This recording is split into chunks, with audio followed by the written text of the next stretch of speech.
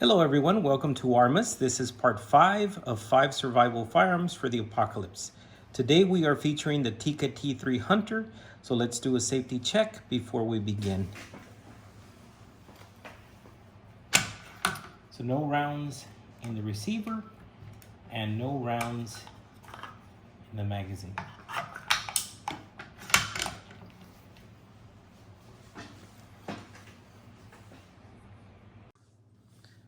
Just a few specs before we begin. The barrel is a 24-inch coal hammer forged barrel. It's got a 1 in 8 twist. The bolt is a dual lug stainless bolt that requires a 70-degree lift. The magazine is a detachable box magazine made out of polymer, and the capacity is 3 rounds and 1 in the chamber of 6.5 Creedmoor. The stock is nicely done and it's made out of walnut. And you can see that the barrel and the receiver are nicely blued. Now the safety is a 2-stage safety located right there next to the bolt. And the overall length is 44.5 inches and the weight is 6.7 pounds. So why the bolt action for a survival firearm for the apocalypse? Well, the bolt action rifle is rugged and extremely reliable. It is a simple firearm to operate, and it can be used in varmint applications to hunting the largest and most dangerous animals on the planet. Its propensity for accuracy and reputation for precision shooting is a hallmark amongst hunters, competitive shooters, military personnel, and SWAT team members. Simply stated, you can harvest an animal from close range to extreme ranges with proper training and practice. My first impressions before we begin with the table chart review. One of the best features that I think this Tikka T3 Hunter has is that the bolt is extremely smooth. This is the smoothest bolt action that I have ever felt in any production rifle. Now, I also love that it's very traditional in appearance. It is sporting the walnut stock and it's very nicely blued. It's got a nicely blued barrel and receiver, and it's sporting a Leupold VXR Patrol 4x12x40 with a fire dot.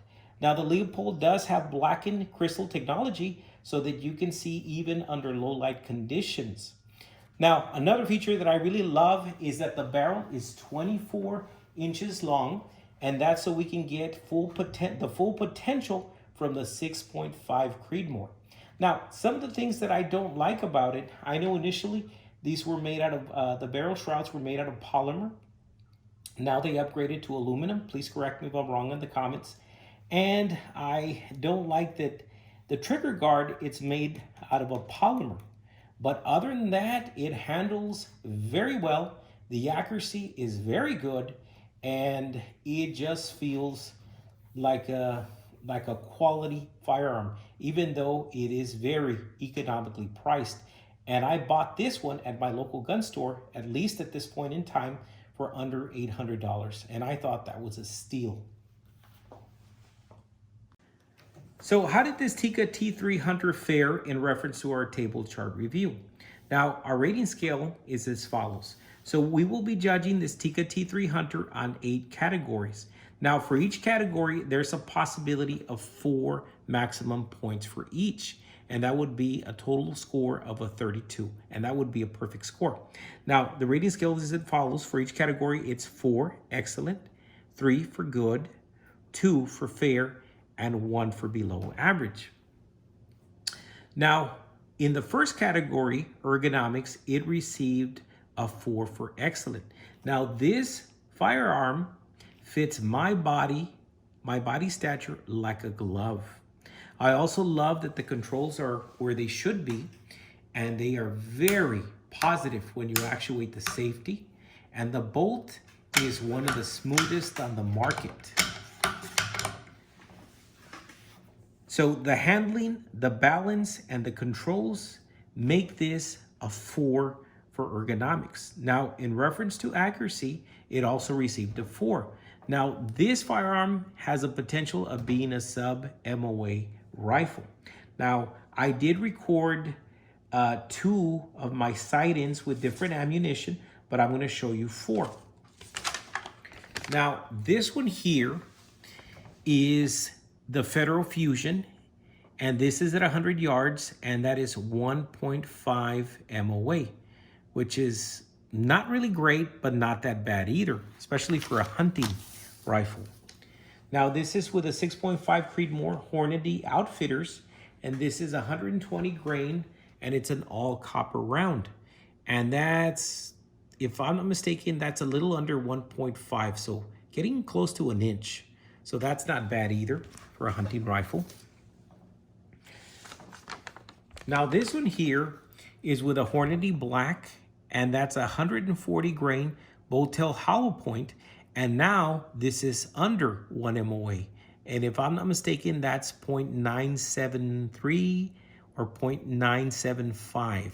And I can't remember at this point in time, but that's under 1 MOA.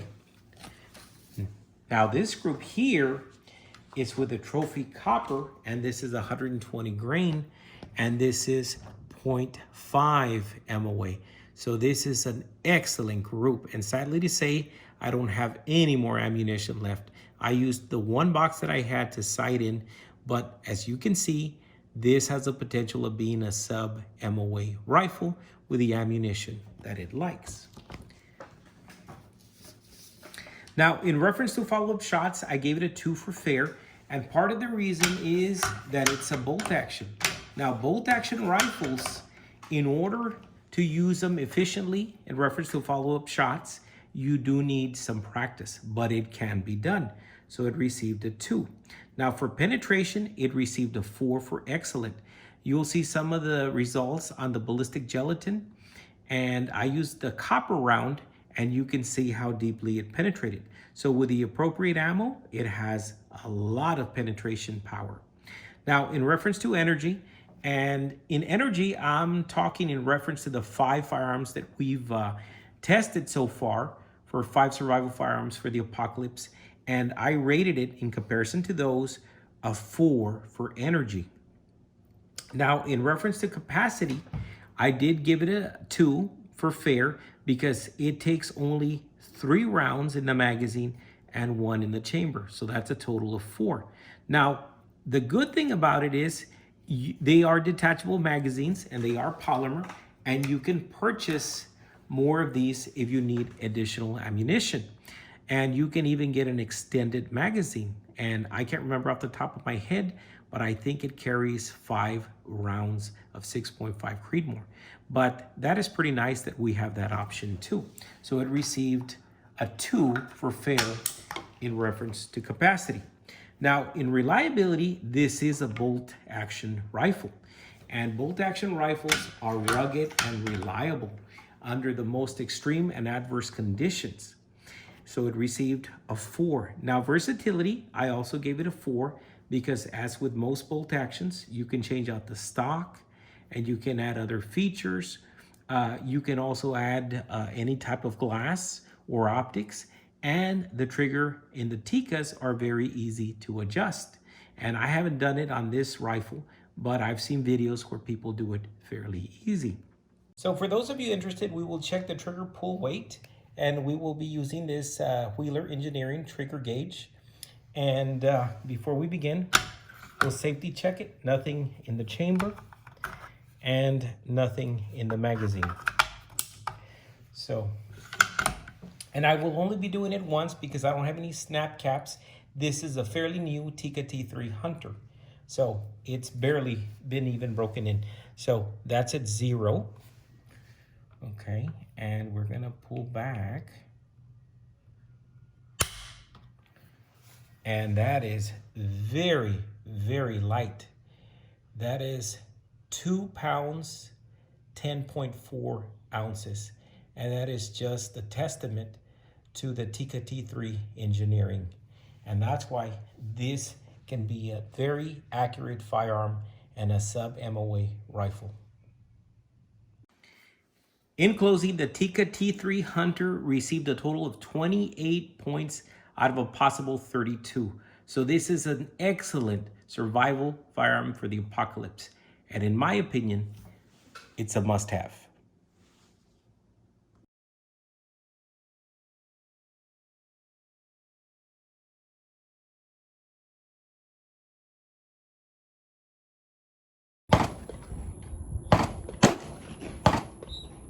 I'm going to press record on this. All right.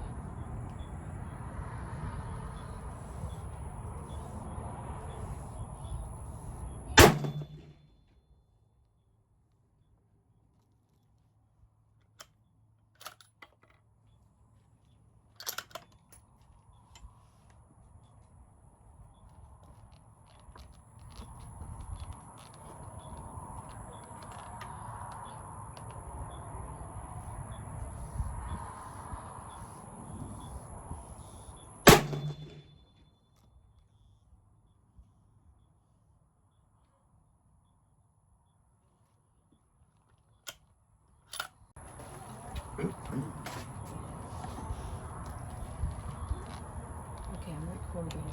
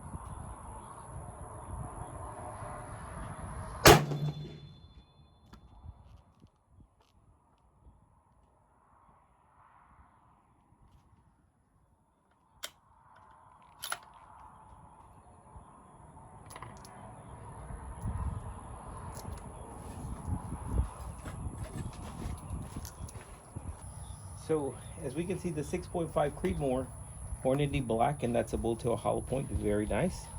That's about maybe under an inch. That's about 0.8. And this one here, it's just a little over an inch, and these groups really tight, and that's just the flyer. So this is a Federal Fusion, and that's 140 grain. These are the Hornady Black, and these are 140 grain as well, but they're bull tail hollow point.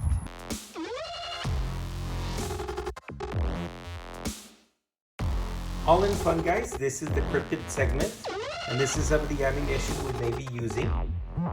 So we have a full cast of cryptids. We have the Mothman Monster, the Flatwoods Monster, the Werewolf, and the Chupacabra.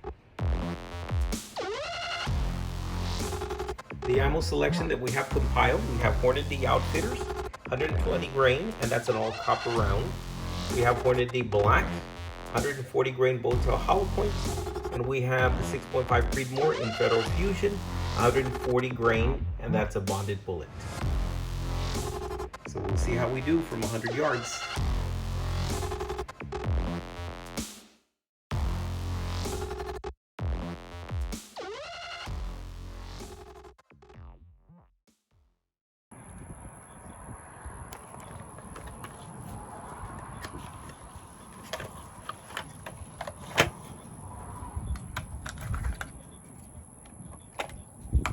Okay, so now I'm addressing the cryptid attack, the water jugs. So let's see how it does. And I'm going to try to use the Botel hollow points.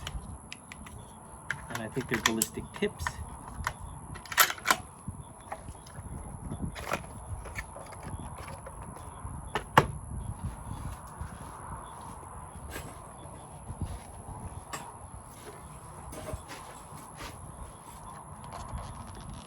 They're at 100 yards.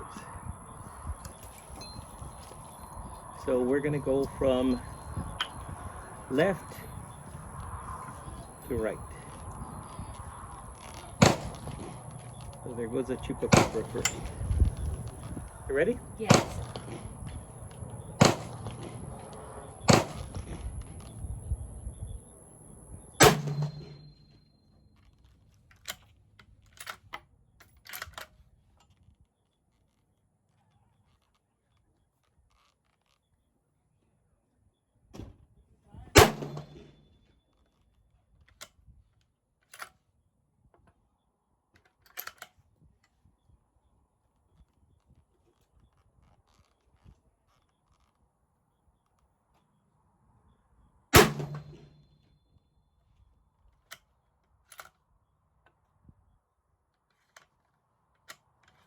I need one more. I'm going to use the Federal Fusion, see how that does.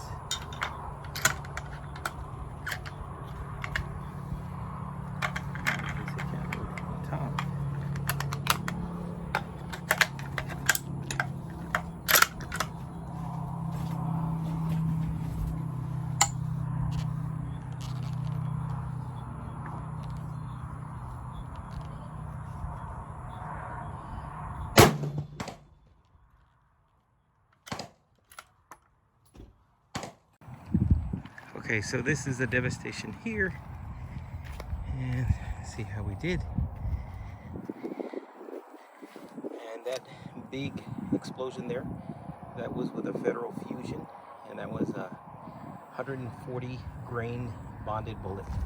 These other ones were only with a Botel hollow point, and we have a direct hit right there, and almost a direct hit right there. And the werewolf is toast. So I need to look for the other jug. I don't know where it went. So this is 100 yards.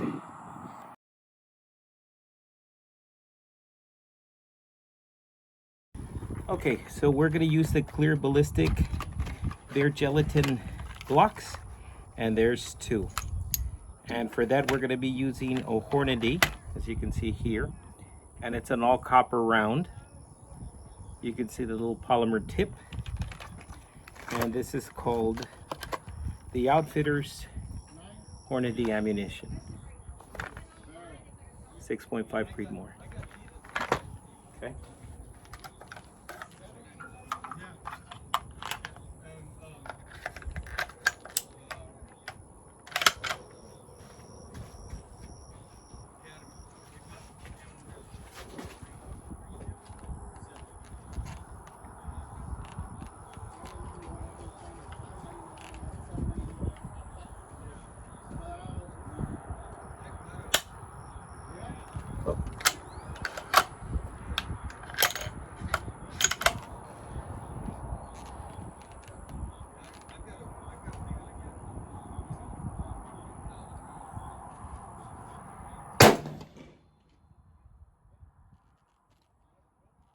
Good save. I'm glad I had the wagon out there.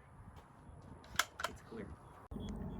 So this is the ballistic gel block at 50 yards, and you can see the devastation up here.